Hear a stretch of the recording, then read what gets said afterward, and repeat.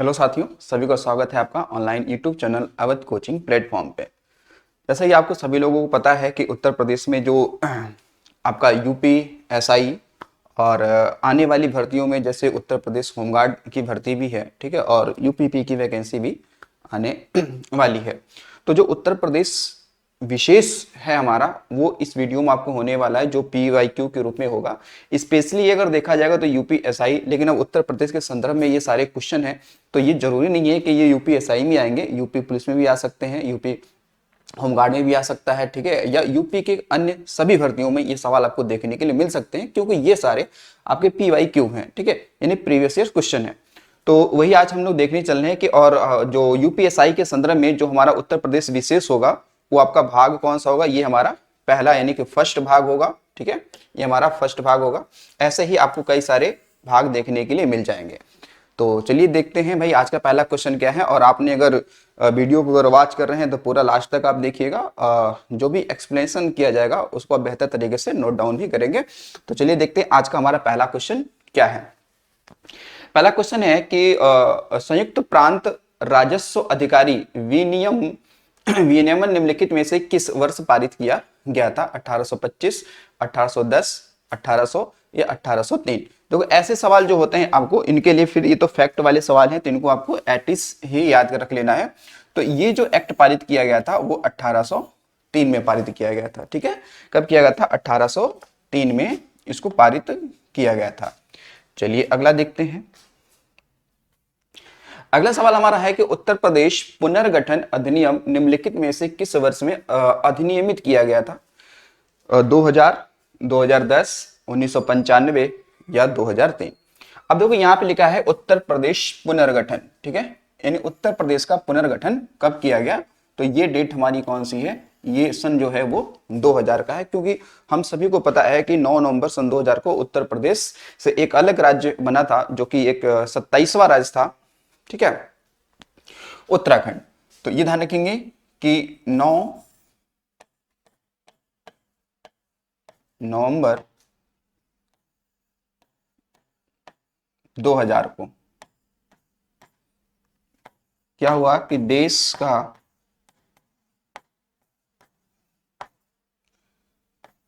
27वां राज्य कौन बना? तो उत्तराखंड बना था। उत्तराखंड बना यूपी के 13 जिलों को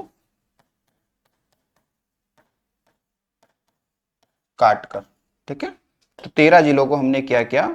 अलग किया यूपी से, और एक नया राज्य बना दिया, कौन सा? उत्तराखंड। और ये देश का कौन सा होगा? ये 27वां राज्य था, ठीक है। क्या रहेगा? ये 27वां राज्य रहेगा, क्योंकि 28वां जो राज्य आपका बनेगा वो आपका झारखंड होगा, जो बिहार से, और जो 29वां होगा वो तेलंगाना, ठीक है। तो ये सन 2000 में इसका पुनर्गठन किया गया था। अगला देखिए, अगला है कि संयुक्त प्रांत का नाम उत्तर प्रदेश में बदलने के बाद इसके प्रथम राज्यपाल कौन थे? ठीक है, यहां पे देखिए कुछ नाम लिखे हैं। पहला है सर ओमार्सजी फिरोज शाह मोदी, श्री कन्हैयालाल मणिकलाल मुंशी, श्री वराहगिरी वेंकटगिरी, या डॉक्टर वी रामकृष्ण राव, ठीक है। तो यहां लिखा है संयुक्त प्रांत का नाम उत्तर प्रदेश में बदलने के बाद इसके प्रथम राज्यपाल कौन थे? यानी कि जब संयुक्त प्रांत था, क्योंकि संयुक्त प्रांत कब था आप देखेंगे कि जो अप्रैल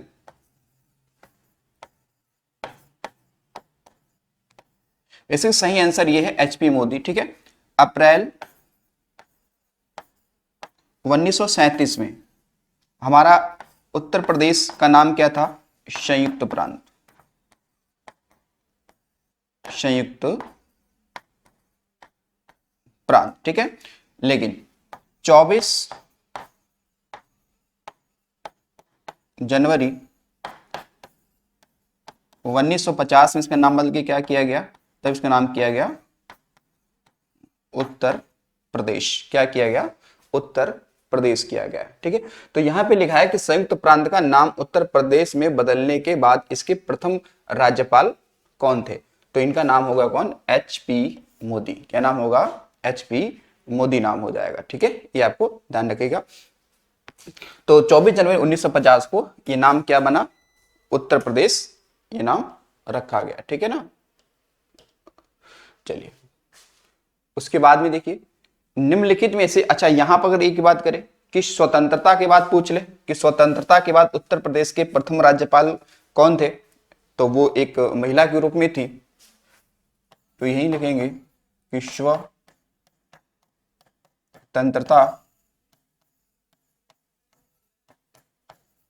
के बाद उत्तर प्रदेश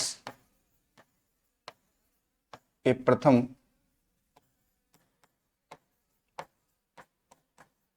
राज्यपाल कौन होंगे? तो सरोजिनी नायडू। ठीक, क्योंकि ये 1947 से लेकर 1949 तक थी। ठीक है, और हालांकि ये महिलाओं में भी ये पहली राज्यपाल होंगी पूरे देश की अगर हम बात करें तो।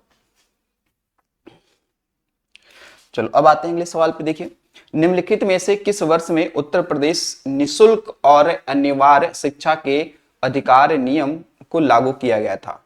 2010, 2014, 2011 या 2005? ठीक है, तो इसके लिए जो सही आंसर होगा, क्योंकि यहां पे देखो आपको ये चीज पता है कि जो RTE था, राइट टू एजुकेशन, ये एक्ट कब आया? 2009 में आया था। ठीक है, लेकिन ये लागू 10 में हुआ था, लेकिन यूपी में कब लागू हुआ? तो यूपी में लागू होने की बात करेंगे तब ये 2011 सही होगा, क्योंकि हमें पता है कि राइट टू जो एजुकेशन, राइट टू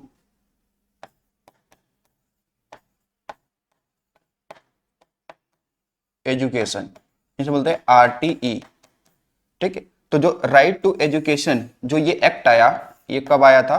तो आप बताएंगे ये एक्ट 2009 में आया। ठीक है, जबकि ये लागू होने की बात चलती है, किसे लागू कब किया गया? तो इसे लागू किया गया अप्रैल 2010 में। ठीक है, अप्रैल 2010 में। लेकिन ये जो RTE है ये यूपी में कब लागू हुआ? ठीक है, ये यूपी में कब लागू हुआ? तो यूपी में लागू हुआ 2011 में लागू हुआ। ठीक है ना, यूपी में कब लागू होगा? ये 2011 में लागू होगा। और ये जो राइट टू एजुकेशन है, ठीक है, शिक्षा का जो अधिकार है, ये कहाँ पे है? तो आप कहेंगे कि भारतीय जो संविधान जो भाग आपका क्या है? 3rd है। ठीक है, भाग कौन सा है? 3rd। और जो आर्टिकल है, अनुच्छेद है, अनुच्छेद वो आपका 21A है। कौन सा भाई? 21A है, ये ध्यान रखेंगे 21A। अब आते हैं अगले सवाल पर। उत्तर प्रदेश जमींदारी उन्मूलन और भूमि सुधार अधिनियम निम्नलिखित में से किस वर्ष में पारित किया गया था? ठीक है ना, किस वर्ष में पारित किया गया था? तो इसके लिए सही आंसर क्या है आपका? 1950। ठीक है, तो ये लागू पारित हुआ था 1950 में। ठीक है ना, कौन सा? तो उत्तर प्रदेश जमींदारी उन्मूलन और भूमि सुधार अधिनियम ये लागू कब होगा? तो ये 1952 में होगा, स्पेशली जुलाई 1952 में। ठीक है, जबकि लागू की वही बात करेंगे, लागू तो बताएंगे ये लागू कब होगा? जुलाई 1952 से। ठीक है ना, यानी अधिनियम ये बन तो गया कब? 1950 में। ठीक है, अच्छा 1950 में इसे पारित किया गया था, लेकिन 1951 में राष्ट्रपति के क्या हुए थे?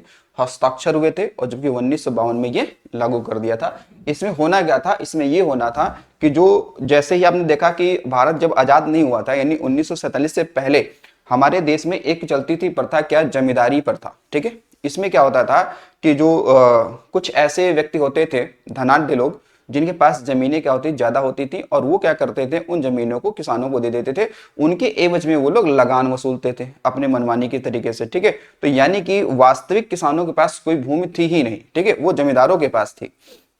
तो बाद में क्या हुआ कि जब देश आजाद हुआ तो उसके बाद में सरकारों ने ये सोचा कि ये जो जमींदारी प्रथा है इसको उन्मूलन किया जाए, यानी कि एक ऐसा नियम, एक ऐसा कानून बनाया जाए जिससे क्या हो कि जो जमींदारों के पास बहुत ज्यादा भूमियां हैं, वो भूमियां सरकार को क्या करे? वो हस्तांतरित कर दें। हस्तांतरण करने के बाद वो भूमि क्या करेंगे, हम जो गरीब किसान हैं जिनके पास भूमि नहीं है, ठीक है, उनको भूमि क्या कर देंगे, हम लोग वितरण कर देंगे, ठीक है। लेकिन ये अधिनियम बहुत ही मशक्कत के बाद में पारित हुआ, क्योंकि कोई भी अपनी जमीन इजाजत किसी को देना नहीं चाहेगा, वो चाहे कितना भी क्यों ना हो, वो धनवान हो, चाहे कितनी भी संपत्ति हो, ठीक है। तो ये उत्तर प्रदेश में ये 1950 में क्या हुआ था, पारित हुआ था, ठीक है। इसमें क्या करना था कि जो जमींदार थे उनकी जो जमीन थी उस जमीन को राज्य सरकारों को क्या करना था, हस्तांतरित करना था, ठीक है, यानी राज्य सरकारों को देना था ये। चलिए देखिए अगला इसमें सवाल, अगला सवाल है आपका कि उत्तर प्रदेश बेसिक शिक्षा अधिनियम कब पारित किया गया था, 1986, 1950, 1962 या 1972। अब क्योंकि यहां पे लिखा हुआ है कि बेसिक शिक्षा अधिनियम, ये एक्ट पारित कब हुआ, तो ये पारित किया गया कब, 1972 में, ठीक है। कब पारित किया गया, 1972 में। जबकि उत्तर प्रदेश बेसिक शिक्षा जो निदेशालय है वो आपको मिलेगा कहां पे, प्रयागराज में, जबकि बना कब था, 1985 में। तो अगर हम ये लिखें यहां पर कि उत्तर प्रदेश बेसिक शिक्षा निदेशालय, तो ये तो कहां पे होगा, ये है प्रयागराज, और स्थापित कब हुआ, 1985 में। कब हुआ, 1985 में, ठीक है। तो जबकि एक्ट कब आएगा, 1972 में, जबकि निदेशालय कब बनेगा, तो 1985 में बनेगा, ठीक है। तो ध्यान रखिएगा।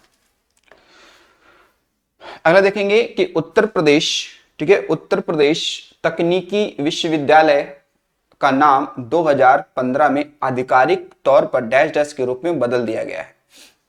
यानी कि उत्तर प्रदेश में एक क्या था, तकनीकी विश्वविद्यालय था, जिसका नाम 2015 में इसे बदल के कुछ और कर दिया गया। तो क्या किया गया है, तो उसका देखो जो नाम किया गया है वो किया गया है डॉक्टर APJ अब्दुल कलाम तकनीकी विश्वविद्यालय, जो कि कहां पे है, ये लखनऊ में है। कहां पे भैया बताएंगे, ये लखनऊ में है, ठीक है ना, लखनऊ में। उसके अलावा देखो, क्योंकि जो ये लिखा है ना उत्तर प्रदेश तकनीकी विश्वविद्यालय, तो हालांकि इसकी स्थापना हुई थी सन 2000 में। कब हुई थी, सन 2000 में हुई थी, लेकिन 2015 में इसी का नाम हमने चेंज करके क्या रख दिया है, डॉक्टर APJ अब्दुल कलाम तकनीकी विश्वविद्यालय कर दिया गया, ठीक है। ये चीज आपको ध्यान रखेंगे। बाकी इसमें से अगर देखेंगे जवाहरलाल नेहरू तकनीकी विश्वविद्यालय, ये तो हैदराबाद में है। कहां पे है ये, हैदराबाद में है, यानी कि तेलंगाना में है ये, ठीक है ना, ये तेलंगाना में। लेकिन सवाल हमारा क्या था कि उत्तर प्रदेश तकनीकी विश्वविद्यालय का नाम बदलकर 2015 में क्या रखा गया है, तो APJ अब्दुल कलाम तकनीकी विश्वविद्यालय लखनऊ, ठीक है, ये लखनऊ में है। उत्तर प्रदेश को राज्य का दर्जा कब प्राप्त हुआ, उत्तर प्रदेश को राज्य का दर्जा कब प्राप्त हुआ, तो 1948, 1950, 1947 या फिर 1935, ठीक। तो देखिए सही आंसर क्या, क्यों यहां लिखा उत्तर प्रदेश को राज्य का दर्जा कब प्राप्त हुआ, तो इनमें अगर सब में हम देखें तो हमारा एक आंसर दिख रहा है, वो है 1950। क्या है, 1950, क्योंकि हमें पता है कि उत्तर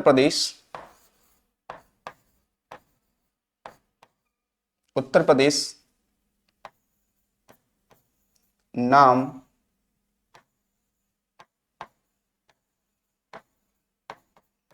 24 जनवरी 1950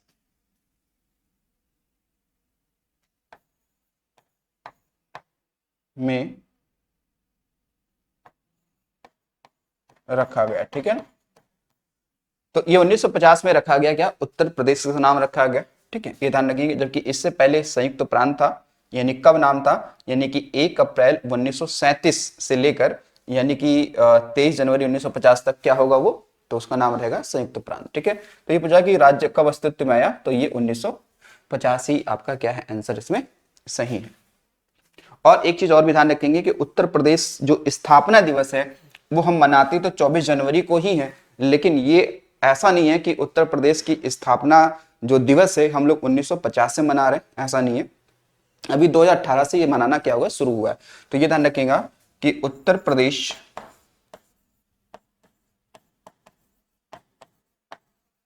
स्थापना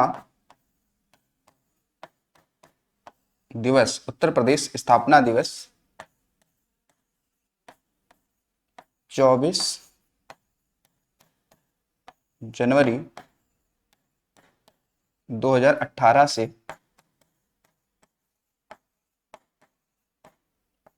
मनाना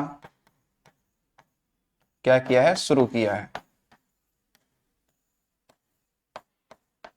मनाना शुरू किया है अभी ये, ठीक है। चलिए उसके बाद में अगला सवाल देखते हैं। अगला सवाल हमारा है कि उत्तर प्रदेश भूमि राजस्व अधिनियम, ठीक है ना, उत्तर प्रदेश भूमि राजस्व अधिनियम निम्नलिखित में से किस वर्ष में स्थापित किया गया था? 1910, 1920, 1915 या फिर 1901? तो इसके लिए सही आंसर है ऑप्शन आपका डी, यानी कि 1901। तो 1901 में उत्तर प्रदेश भूमि राजस्व अधिनियम ये क्या किया गया था, पारित किया गया था। अब जो ये ऐसे सवाल हैं, ये कोई जरूरी नहीं है कि आपको ये कि ये उत्तर प्रदेश की जो पुलिस या यूपीएसआई या होमगार्ड या एएसआई जैसे एग्जामों में पूछे जाएंगे। आने के लिए आपका आयोग यूपी SSC आयोग का जो लेखपाल जैसी पेपर होते हैं, या फिर कह सकते हैं जो जूनियर असिस्टेंट है वीपीओ के हैं, उसमें भी ये सवाल पूछे जा सकते हैं। तो ये एक अच्छा सवाल है, फैक्ट बेस्ड है, तो आपको इसको ऐसे याद रखने पड़ेंगे। चलिए अगला देखिए, इलाहाबाद विश्वविद्यालय की स्थापना किस वर्ष की गई थी? 1885, 1887, 1890 या 1991? ठीक, यहाँ पे लिखा 18। ये जो आपका जो सही आंसर है, इलाहाबाद विश्वविद्यालय की स्थापना जो की गई थी वो की थी 1887 में, ठीक है ना। हालांकि इसको पहले हम लोग म्योर कॉलेज भी कहते थे, ठीक है। तो जो इलाहाबाद विश्वविद्यालय है, ध्यान रखेंगे कि इसका जो पुराना नाम है, पुराना नाम, उसका नाम है म्योर कॉलेज, ठीक है, म्योर कॉलेज, ठीक है, म्योर कॉलेज, ठीक है। ये उसका पुराना नाम है, क्योंकि जिस समय ये स्थापित हो रहा था उस समय उत्तर प्रदेश यानी अवध के गवर्नर जो थे वो यही थे, ठीक, तो इनके नाम पे रखा गया था। लेकिन एक चीज और भी ध्यान रखेंगे कि जो ये इलाहाबाद विश्वविद्यालय है, इसको एक अन्य नाम देते हैं, इसे पूर्व का ऑक्सफोर्ड भी कहते हैं। इसको क्या कहते हैं? इसे कहते हैं पूर्व का ऑक्सफोर्ड भी कहते हैं। आपने नाम सुना होगा, ऑक्सफोर्ड यूनिवर्सिटी का नाम सुना होगा, ठीक है, तो वही जो यूके में है। तो पूर्व का ऑक्सफोर्ड किसे कहते हैं? इलाहाबाद विश्वविद्यालय कहते हैं। और ये वर्तमान में अभी ये क्या है, एक सेंट्रल यूनिवर्सिटी है, यानी कि ये केंद्रीय विश्वविद्यालय है। तो इसको केंद्रीय विश्वविद्यालय का दर्जा कब दिया गया था? तो 2005 में दिया गया था। तो ये ध्यान रखना कि इलाहाबाद जो विश्वविद्यालय है ये 2005 से क्या है, ये केंद्रीय विश्वविद्यालय है। क्या है? केंद्रीय विश्वविद्यालय। इसके अलावा इलाहाबाद जो विश्वविद्यालय है ये एक राष्ट्रीय महत्व का स्मारक भी घोषित किया जा चुका है, ठीक है, ये राष्ट्रीय महत्व का स्मारक भी घोषित किया जा चुका है। और ये कहीं ना कहीं इलाहाबाद जो विश्वविद्यालय है ये देश का क्या है, चौथा विश्वविद्यालय है, क्योंकि कोलकाता और महाराष्ट्र और इसके अलावा मुंबई, कोलकाता कोलकाता मुंबई और मद्रास यूनिवर्सिटियों के बाद में ये चौथी यूनिवर्सिटी स्थापित की गई थी, ठीक है ना। ये चौथी यूनिवर्सिटी के आगे स्थापित की थी। इसी तरीके से आपका जो हाई कोर्ट है, वैसे इलाहाबाद हाई कोर्ट भी देश का चौथा हाई कोर्ट था, ठीक। तो ये आपको ध्यान रखना है। तो कहीं ना कहीं इसे जो इलाहाबाद जो विश्वविद्यालय है ये जो लंदन में जो कैम्ब्रिज विश्वविद्यालय है उसी के आधार पर इसका स्थापना किया गया था, ठीक है। तो ये आप बताएंगे यहां तक, ठीक। तो इलाहाबाद विश्वविद्यालय के संदर्भ में याद रखेंगे आप। उत्तर प्रदेश की प्रथम महिला राज्यपाल सरोजिनी नायडू ने निम्नलिखित में से किस अवधि के दौरान कार्यभार संभाला था? तो देखिए इन्होंने जो कार्यभार संभाला था, ये इन्होंने 1947 से लेकर 1949 तक रही थी, ठीक है, 1947 से लेकर 1949 तक रही थी। और जो सरोजिनी नायडू हैं ये कहीं ना कहीं भारतीय जो राष्ट्रीय कांग्रेस है, भारतीय राष्ट्रीय कांग्रेस की पहली भारतीय महिला अध्यक्ष भी थी। कानपुर अधिवेशन जो 1925 में हुआ था, ठीक है। तो ये ध्यान रखिएगा कि जो सरोजिनी नायडू हैं ये जो इंडियन नेशनल कांग्रेस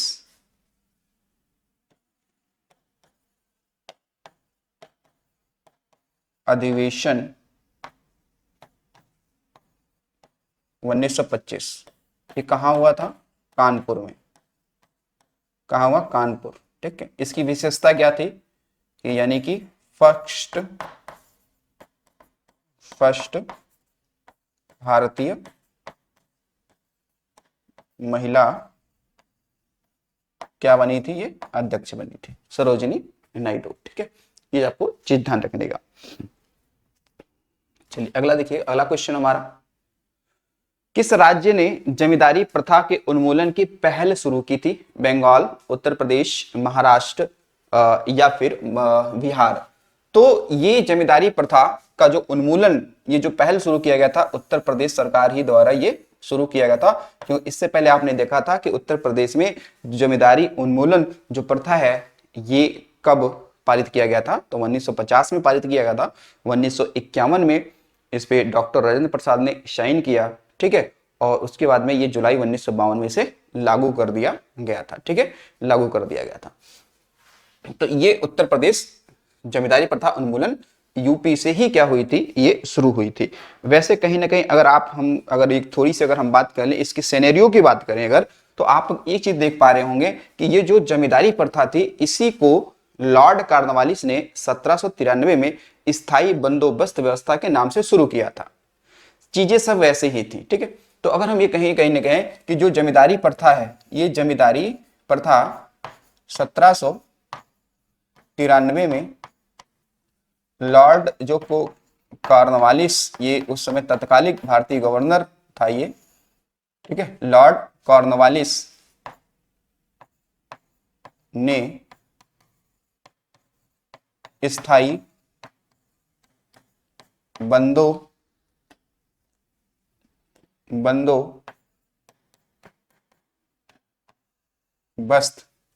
स्थायी बंदोबस्त प्रणाली के रूप में क्या किया था? शुरू किया। ठीक है, तो इसमें क्या था कि जो ब्रिटिश उस समय प्रशासन था, तो ब्रिटिशों ने क्या किया कि कुछ जमीनें क्या की जमींदारों को दे दी और उनको उस जमीन पे लगान वसूलने का क्या दे दिया गया? अधिकार दे दिया गया। ठीक है, फिर इसी के बाद में अगर हम देखेंगे तो 1820 में, ठीक है, 1820 में कहीं ना कहीं एक व्यवस्था शुरू होगी साउथ इंडिया में, का नाम होगा रैयतवाड़ी व्यवस्था। रैयत का मतलब किसान, रैयतवाड़ी। ठीक है, रैयतवाड़ी व्यवस्था ये शुरू होगी। कौन शुरू करेगा? तो करेगा इसको, कौन शुरू करेगा भाई? तो मुनरो शुरू करेगा। कौन शुरू करेगा? मुनरो ने शुरू करेगा। ये व्यवस्था कहाँ शुरू होगी? तो ये दक्षिण भारत में शुरू होगी। ठीक है, उधर शुरू होगी। फिर वैसे ही देखेंगे तो 1822 में एक व्यवस्था शुरू होगी, महालवाड़ी एक व्यवस्था शुरू होगी। और ये कौन शुरू करेगा? तो मैकेंजी। कौन शुरू करेगा? तो ये शुरू करेगा मैकेंजी शुरू करेगा। ठीक है, तो महाल का मतलब होता है गांव, यानी गांव की पूरी एक यूनिट बना दी जाएगी और वो यूनिट क्या करेगी? एक साथ पैसे ये देगी उसको। ठीक है, तो ठीक है, ये ध्यान रखिएगा। और यही व्यवस्था आगे चलकर क्या कहलाया? जमींदारी प्रथा कहलाया। बाद में इसको, आजादी के बाद में इसका उन्मूलन कर दिया जाएगा। ठीक है, और जमींदारों से जो जमीनें होंगी वो राज्य सरकार ले लेगी। उत्तर प्रदेश विधानसभा में कितने नामित एंग्लो इंडियन सदस्य हैं? देखिए, ये व्यवस्था पहले थी लेकिन अब नहीं है। ठीक है ना, एंग्लो इंडियन यानी कि अब किसी भी राज्य या विधानसभा में या लोकसभा में इनकी नियुक्ति अब नहीं होती है। लेकिन अगर सवाल यह है कि उत्तर प्रदेश विधान सभा में कितने नामित एंग्लो इंडियन सदस्य होते थे, तो एक होते थे, लेकिन अब ये नहीं है। ठीक है ना, ध्यान रखना कि 104वां संविधान संशोधन एक्ट 2019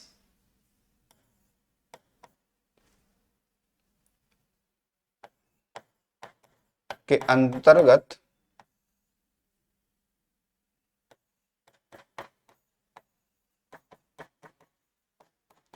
इस व्यवस्था को क्या कर दिया गया है, समाप्त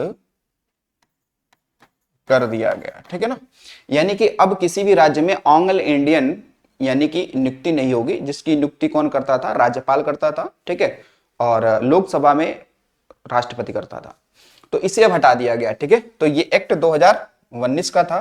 ठीक है, और इसे लागू कब किया गया था, यानी कि ये व्यवस्था हटी कब थी, ये व्यवस्था हटी गई थी 2020 में, इसे हटा दिया गया था। ठीक है, तो पहले होता था लेकिन अब नहीं होता है। ठीक है, अब कोई भी आंग्ल इंडियन नहीं नियुक्त होता है, ना ही राज्य में ना ही केंद्र में।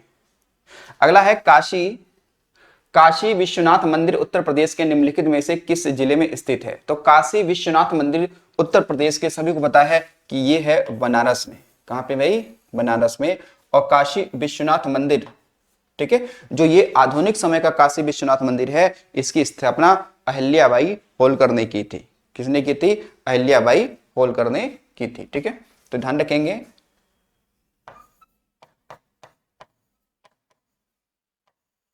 वर्तमान स्वरूप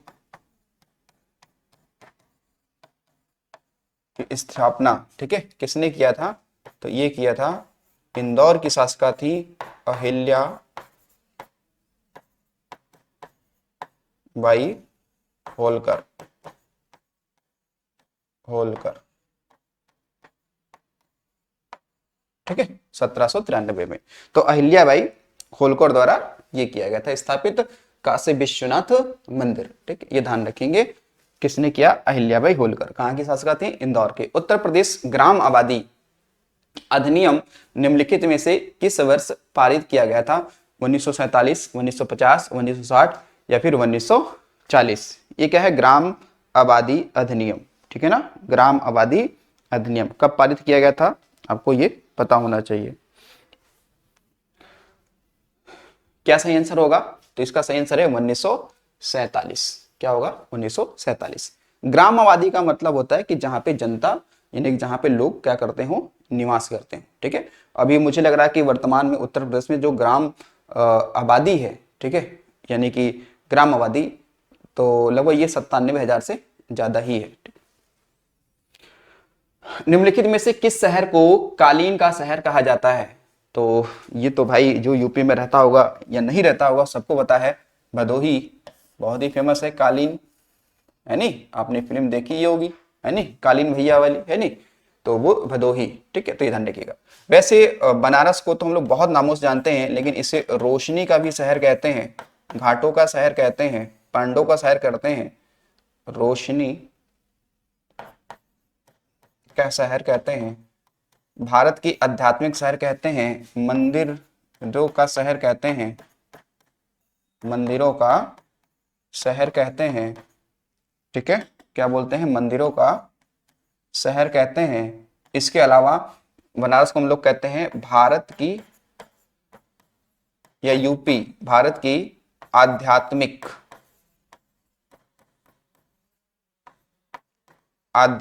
राजधानी।